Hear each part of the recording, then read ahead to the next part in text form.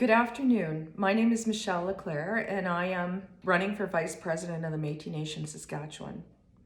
I'd like to talk to you today about child and family services and about the future leaders of our community and our nation, and that is our children. We all realize that we've been affected by residential schools, day schools, boarding schools, the 60s scoop, and today with the Ministry of Social Services. And I think at this point we can all do better. The ministry can do better, our communities can do better. We can do better as leaders. Our children are losing their identity and their culture as a result of being placed in non-Indigenous, non-Métis foster homes, in non-Métis group homes. I harken back to a couple of years ago. I was at a conference on child and family services in Manitoba.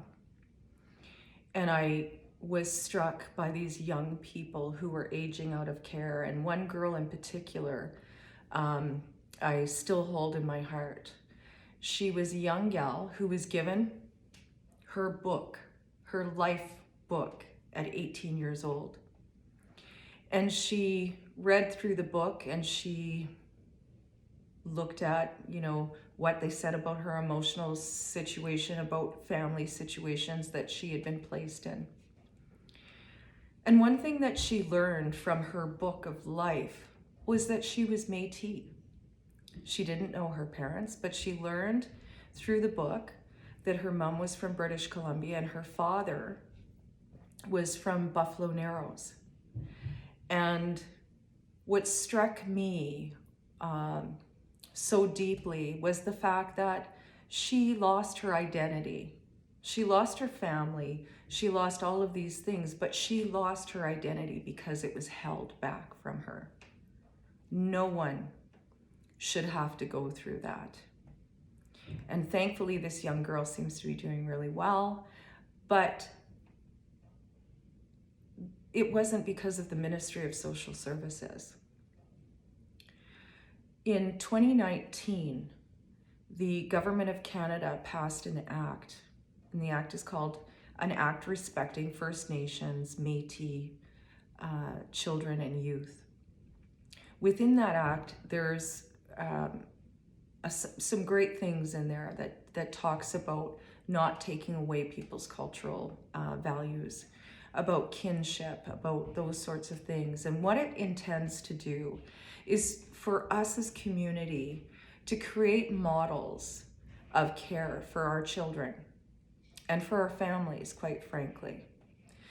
We have the opportunity over the next few years to take back our children, to take back the ability to create our own child welfare system. And for me, I believe that that is the way forward. We as community members, we as regional leaders, as provincial leaders, need to really look at what is best for our community in terms of child welfare. In terms of supporting moms and dads, if somebody in our community is incarcerated, generally their kids will go into long-term care and they are lost in the system.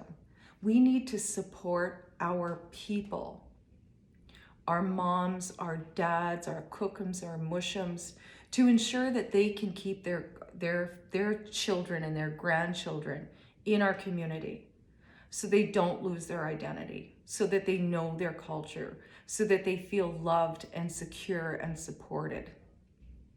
And one way to do that is to support moms and dads that are having issues, that are having problems. We all make mistakes, but at the end of the day, that shouldn't mean that we lose our loved ones. If we helped that mom or that dad who is addicted to drugs get into treatment, if we allowed for counseling for people who have mental health issues and addiction issues, and we supported those people in our community, we would be so strong. And we are strong. We just have to try and find a better way to support our kids, support our parents, support our grandparents, so that we can keep our children together. I'd like to talk to you more about this.